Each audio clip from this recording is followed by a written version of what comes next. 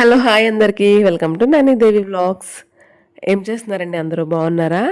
చాలా రోజులయిపోయింది కదండీ video post చేసి. కానీ ఇంకా కంటిన్యూగా వీడియోస్ అనేవి వచ్చేస్తాయన్నమాట.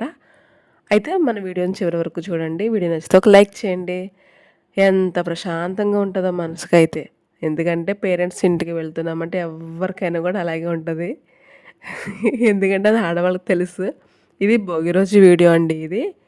ఆ రోజు మార్నింగే 4కే బయలుదేరిపోయాం మేము విజయవాడ నుంచి అమ్మ వాళ్ళ ఇంటికి.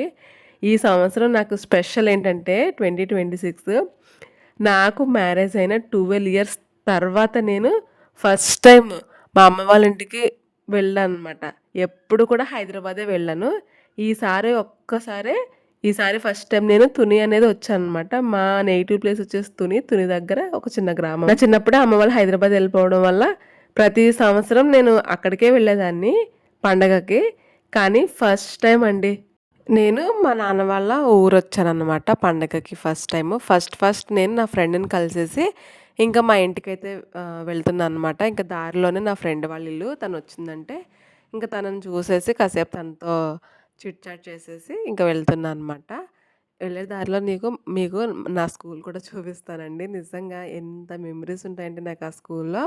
ఇది ఇంకా వెళ్ళే దారిలోని ఇంకా ఇది భోగి రోజు మార్నింగ్ మేము 4కే బయలుదేరాము విజయవాడలోని.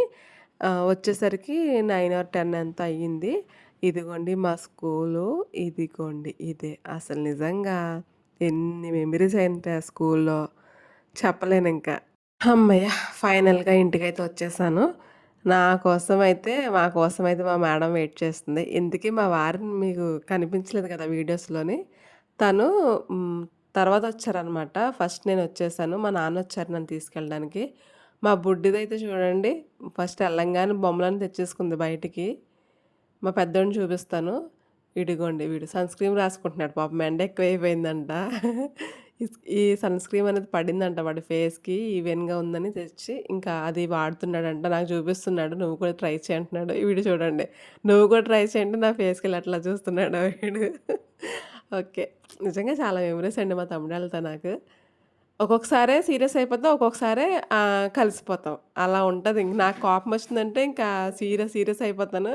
మళ్ళీ నేనే కలిసిపోతా. ఇంక మా అమ్మయితే అన్నీ చక్కబెట్టేసుకుంటుంది. ఇంకా ఏమేమి వండాలి ఏంటి అన్నట్టుగా ఆలోచించుకుంటుంది. నెక్స్ట్ వీడియోలో